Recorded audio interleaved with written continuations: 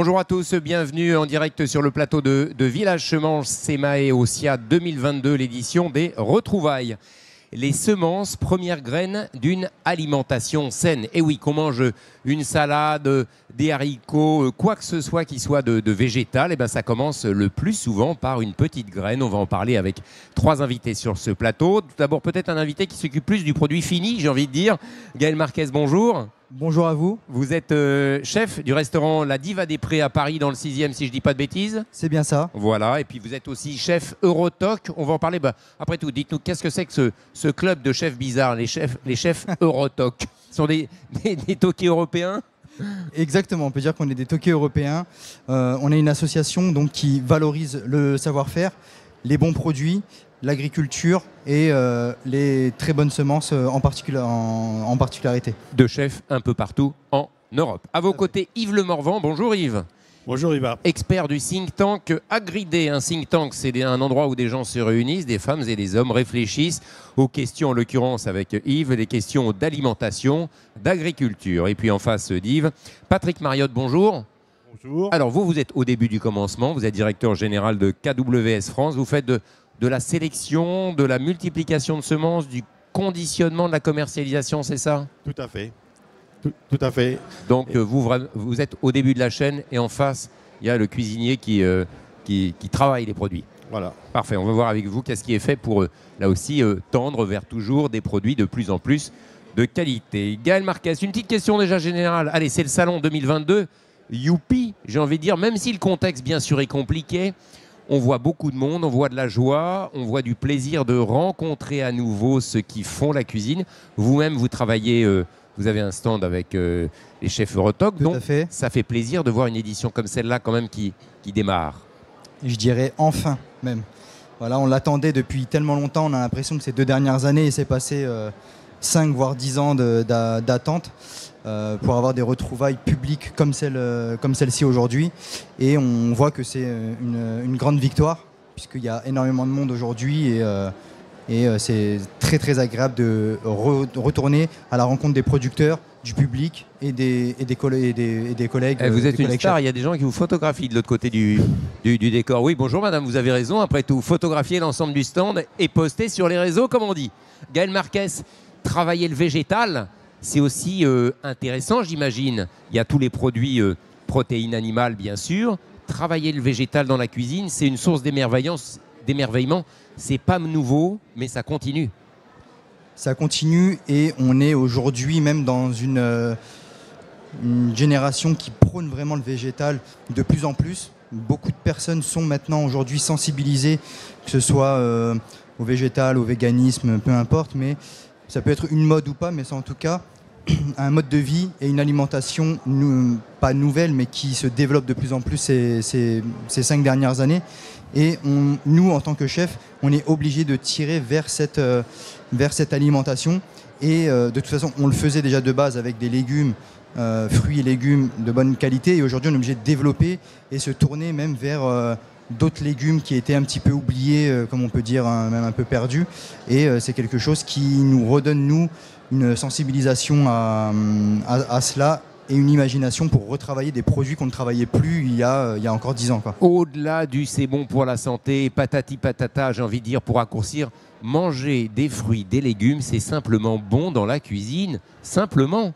On est simplement bon en termes de goût et se faire plaisir en tant que consommateur, tout simplement, au-delà de la santé, pour le goût, c'est merveilleux.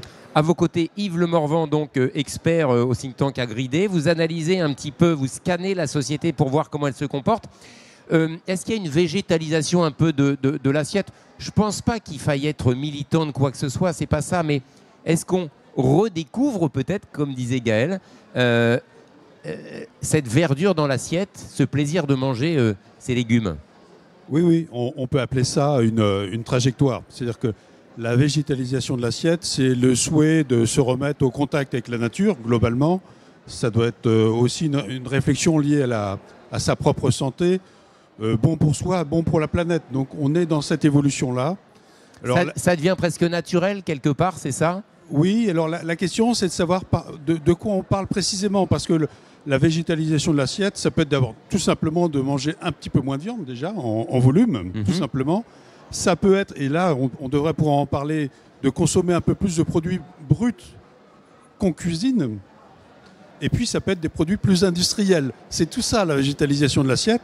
Et quand on regarde les tendances, notamment sur le dernier point, des produits plus industriels, on voit qu'en France, il y a, de façon culturelle, il y a une vision de l'alimentation qui font que des produits bruts qu'on cuisine, oui, des produits plus industriels, ça reste aujourd'hui un segment de niche en France, alors que dans d'autres pays, dans d'autres zones du monde, aux États-Unis évidemment, ou dans des pays du nord de l'Europe, en Allemagne, au Royaume-Uni, ça se développe assez rapidement.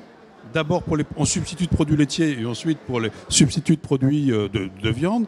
Mais chez nous, ça reste quand même réduit. C'est-à-dire que l'évolution se fait au pas d'un regard et d'une pratique culturelle. Il y a une différence. Il faudrait qu'il y ait davantage de produits végétaux transformés qui arrivent chez le consommateur pour qu'il en consomme plus, peut-être. C'est ça aussi ? Il faudrait qu'on mette plus en valeur les produits qu'on va appeler bruts pour savoir comment on les cuisine avec plus de facilité soi-même. Et évidemment, il faut qu'on puisse développer peut-être de nouveaux plats. Il faut remettre au goût du jour. Ce qui est intéressant dans ce que vous dites, c'est qu'on passe des reportages régulièrement dans cette émission, qu'on a été tourné en région. Et on a constaté une chose qui va dans le prolongement de ce que vous dites, Yves, c'est que les producteurs de plants ont aussi tendance à vendre par exemple des plants de pommes de terre à planter, donc en fonction de l'usage. Et ça, c'est intéressant. C'est plus forcément le nom de la pomme de terre qu'on ne connaît pas et on ne sait pas quoi en faire, mais on va planter des pommes de terre plutôt pour faire de la purée, plutôt pour faire des pommes sautées, plutôt pour faire des frites. Finalement, c'est une façon aussi d'accompagner peut-être cette accélération de la consommation. Oui, je dirais qu'en complément quand même, il y a effectivement des schémas d'utilisation qui deviennent très fins, mais en dehors d'un souhait d'utiliser un peu plus les produits dits bruts, il y a probablement de la part du consommateur le souhait de consommer des produits dits naturels. Et là, l'aspect naturel, il résonne parce qu'il se relie directement au produit tel qu'il part de chez l'agriculteur. C'est probablement un produit aussi qui est plus en liaison avec la saisonnalité, probablement plus de proximité. Et c'est là que le travail des chefs de mise en visibilité de produits qui ont été un peu délaissés mettent en lumière des produits qu'il faut probablement développer un peu plus qu'ils ne l'ont été dans le passé. Et là, les réseaux sociaux, divers et variés, peuvent aussi certainement accompagner intelligemment avec des recettes faciles à faire qu'on ne connaît pas forcément et qu'on peut découvrir assez facilement sur des sites de cuisine. Patrick Mariotte, je ne vous ai pas encore donné la parole. Je rappelle, vous êtes donc directeur général de KWS France. Sélection, multiplication, conditionnement, commercialisation et distribution de semences. Un petit focus avec vous sur les céréales peut-être, le blé, le seigle, etc., qui sont très bons pour la santé, qui sont agréables à consommer aussi. Comment est-ce que vous regardez ce qui se passe dans la société et ce qui a été dit jusqu'à présent ? Ce qui est intéressant dans ce que vous avez dit tout à l'heure que la semence est à l'origine de tout. Et c'est vrai que c'est le début de la production des plantes, donc c'est à l'origine de l'alimentation du côté végétal, mais c'est aussi les plantes qui permettent d'alimenter les animaux. Donc on peut dire qu'on est au début de tout. Et vous avez souligné aussi que finalement, aujourd'hui, quand on regarde le marché de la pomme de terre, il est très divers. Et donc le sélectionneur, aujourd'hui, quand il regarde, il écoute le consommateur, il écoute les utilisateurs et il essaye d'apporter des produits qui vont correspondre au consommateur final en faisant de la sélection. Alors c'est vrai que comme je travaille, je suis un sélectionneur, j'ai toujours l'impression qu'on demande beaucoup aux sélectionneurs. Et c'est vrai qu'on demande beaucoup et on demande de plus en plus aujourd'hui parce qu'il y a aussi le changement climatique. Donc là, c'est peut-être pas tout à fait le consommateur qui le demande, mais il faut travailler en fonction du changement climatique. Il y a aussi une évolution forte au niveau de la demande de moins de traitements de la phytopharmacie et une demande aussi au niveau de produits plus variés. Et si on regarde au niveau du blé, par exemple, au niveau des céréales, on doit offrir, il y a eu un travail important sur la qualité des céréales, sur la qualité des farines, sur la technologie des farines pour offrir des farines très différentes qui vont répondre aux boulangers artisanaux comme aux industriels. Donc il y a un travail important. Alors le point important, c'est que pour faire une variété, il faut 10 ans. Et donc ce pas de temps-là n'est pas toujours en phase avec la demande sociétale. La réactivité du sélectionneur qui va travailler effectivement les plantes pour créer de nouvelles variétés. Mais ce qu'il y a d'extraordinaire, c'est qu'il y a une diversité dans les variétés. Je trouve ça absolument incroyable. On aura quelques émissions, bien sûr, pour montrer le travail qui est fait sur ce qu'on appelle la sélection variétale, aussi sur les variétés anciennes.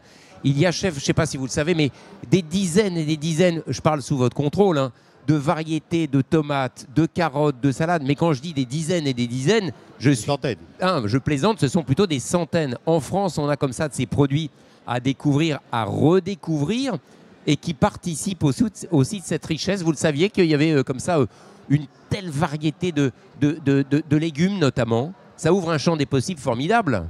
Bien sûr. Aujourd'hui, on sait que chaque fruit et légume, il y a une centaine de variétés de chaque. Que ce soit les tomates, on retrouve souvent maintenant l'été, c'est un peu plus courant de voir les tomates jaunes, les tomates green zebra, donc qui sont des tomates vertes. Ça, c'est le travail aussi justement de monsieur notamment, hein, voilà, par exemple. Tout à fait. Et ça nous donne sur un seul et même produit des saveurs et des textures totalement différentes qui, nous, en tant que chefs, permettent d'avoir un terrain de jeu indéfini et pour les consommateurs de découvrir chaque jour de nouvelles choses grâce justement à ces semences et à ce travail qui est fait en amont par les sélectionneurs comme monsieur. Avec des variétés qui parfois prennent des formes, des couleurs étonnantes. Hein. Il ne s'agit pas d'être magicien, c'est pas ça, mais et c'est vrai qu'on ne va pas se mentir, hein, les cuisiniers aiment bien faire de la déco aussi dans leurs assiettes. Hein. Parfois, c'est peut-être un peu beaucoup, mais bon, après tout, ça participe d'avoir une grande diversité de couleurs, de formes aussi, notamment avec les végétaux. Ça compte ? Ça compte énormément. Aujourd'hui, on a des produits qui sont saisonniers, qu'il faut absolument suivre pour éviter d'avoir des fraises au mois de décembre dans les rayons des supermarchés. Ça, on arrête de le faire, on est d'accord. Même les cuisiniers commencent à arrêter de le faire. Ça, on arrête de le faire parce que ça n'a pas de sens. Quand j'en vois, ça m'arrive d'en voir et je pose la question, je dis pourquoi vous mettez des tomates dans l'assiette au mois de décembre? C'est pour faire de la couleur. Mais aujourd'hui, on a une telle variété de fruits, de légumes saisonniers en France, donc même à proximité, il n'y a pas besoin d'aller chercher au bout du monde. En proximité, d'avoir des fruits et des couleurs de tellement de couleurs différentes, de pouvoir donner du plaisir, que ce soit pour le goût et pour les yeux, que même en suivant la saisonnalité des produits, on peut, en s'y intéressant un tout petit peu, on a un accès ultra facile à tous ces produits qui sont différenciants et qui vont être agréables pour les yeux et pour la décoration, qui sont très importantes pour nous les chefs. Et qui ont du goût, on en parlera dans la semence, le goût, hein. Le goût et les saveurs, c'est peut-être, c'est au moins tout aussi important que l'apparence, on est bien d'accord. Hein. Ras-le-bol des tomates qui sont dures comme du bois, qui n'ont pas de goût. Exactement. Il faut des produits qui soient bons. Yves Le Morvan, la sécurité alimentaire, je disais en préliminaire, la semence première graine d'une alimentation saine et sûre. La sécurité alimentaire, bien sûr, c'est une préoccupation pour le consommateur aussi. Manger notamment des fruits et légumes qui soient sains, qui soient bien cultivés, qui n'aient pas de produits phytosanitaires dessus, c'est une préoccupation, ça j'imagine, vous devez le constater. Oui, tout à fait. Mais quand on regarde les grandes tendances de consommation en France aujourd'hui, par exemple, un sondage que je peux citer d'Opinionway, le souhait du consommateur, donc c'est le produit naturel, avec tout ce que j'évoquais, la saisonnalité, le produit brut et tout. C'est au-dessus. La proximité aussi. C'est le local, c'est au-dessus du bio aujourd'hui. Le bio est en train de se chercher désormais. C'est assez intéressant. Donc, pour accompagner cette trajectoire vers un peu plus de protéines végétales, moi, une des questions que j'ai envie de poser par rapport au chef, c'est est-ce que sur votre carte, il y a de plus en plus on a parlé de céréales, mais est-ce qu'il y a de plus en plus de pois chiches, de fèveroles, tous ces beaux produits, mais qui ont été un peu oubliés? De lentilles corail, le haricot de Mogette. Vous faites ça, chef? Bien sûr, on travaille beaucoup les pois plus qu'avant. Que ce soit même les pois chiches, les fèves, les haricots, etc. Donc c'est des choses qu'on travaille de plus en plus aussi et qui rentrent dans cette nouvelle alimentation que je disais un peu plus végétale, où effectivement les graines et les pois rentrent dans cette alimentation en plus des légumes. Parce que là, il y a l'aspect sécurité alimentaire, mais en outre, il y a la qualité nutritionnelle. Là. Tout à fait. Je suis tout à fait d'accord avec vous. Patrick Mariotte, c'est protéines végétales, hein, ça compte. On en a parlé d'ailleurs dans Village Semence, il y a une émission à retrouver là-dessus. Hein. C'est un produit important, c'est un produit. Il y a un plan en France pour relancer, favoriser avec beaucoup d'argent, pour refavoriser la production de protéines végétales. Votre point de vue? Oui, effectivement, au niveau des protéines, sans doute qu'on a beaucoup compté sur le continent américain par rapport à la fourniture de protéines et qu'il y a un plan important qui est mis en place justement et qui rejoint aussi à ce niveau-là peut-être ce que l'on peut espérer pour le futur avec la souveraineté alimentaire. Ça y participe. Ça y participe et là on peut dire que les sélectionneurs peuvent jouer un rôle important. Par rapport à ce qu'on disait justement précédemment aussi sur la biodiversité, on a toujours un peu l'impression que le sélectionneur réduit la biodiversité. Mais bien au contraire, le sélectionneur, en apportant des nouvelles variétés chaque année, par exemple au catalogue français, il y a plus de 500 variétés qui sont inscrites. Il apporte beaucoup de biodiversité dans la... Plus de 500 nouvelles variétés inscrites au catalogue français. Au catalogue français. Donc oui. Ça montre bien la créativité formidable. Voilà. Et cet aspect de biodiversité, parfois par le grand public, elle est pas perçue comme ça en disant... Non, quand on fait nos courses, malheureusement, je suis désolé, on est d'accord, on voit quoi? On voit 2 variétés de tomates, 3 variétés de salade, point barre. Oui, mais justement, ce sont les sélectionneurs qui ont apporté ces nouvelles variétés qui étaient des nouvelles variétés pour répondre aux besoins des consommateurs. Et ça, c'est un élément important en termes d'apport de la biodiversité. Et la biodiversité, d'ailleurs, c'est vraiment ce qu'il faut au sélectionneur. Parce que plus il y a de biodiversité, plus il va pouvoir sélectionner. Et c'est ce qu'il recherche le plus. Le temps, comme on dit, qui nous était imparti est arrivé. Merci à tous les 3 d'être venus parler de cette thématique de la semence, des végétaux, du plaisir de les produire, de les consommer. Chef, on vous retrouve où ça sur le stand Eurotoc? Sur le stand Eurotoc, tout à fait. Vous allez travailler pendant les 9 jours ou avec des camarades de jeu pour faire la cuisine? Je vais tourner sur plusieurs stands, m'amuser un petit peu pendant 3 jours, pas sur les 9 jours, pendant 3 jours, puisque j'ai aussi mon établissement à faire tourner derrière, mais voilà, on va... Ma petite idée me dit qu'on pourrait peut-être vous voler 5 minutes pour essayer de venir travailler sur Cook Midi avec Philippe Lefebvre. Merci à tous les 3 d'avoir participé à l'émission. À très bientôt. Merci.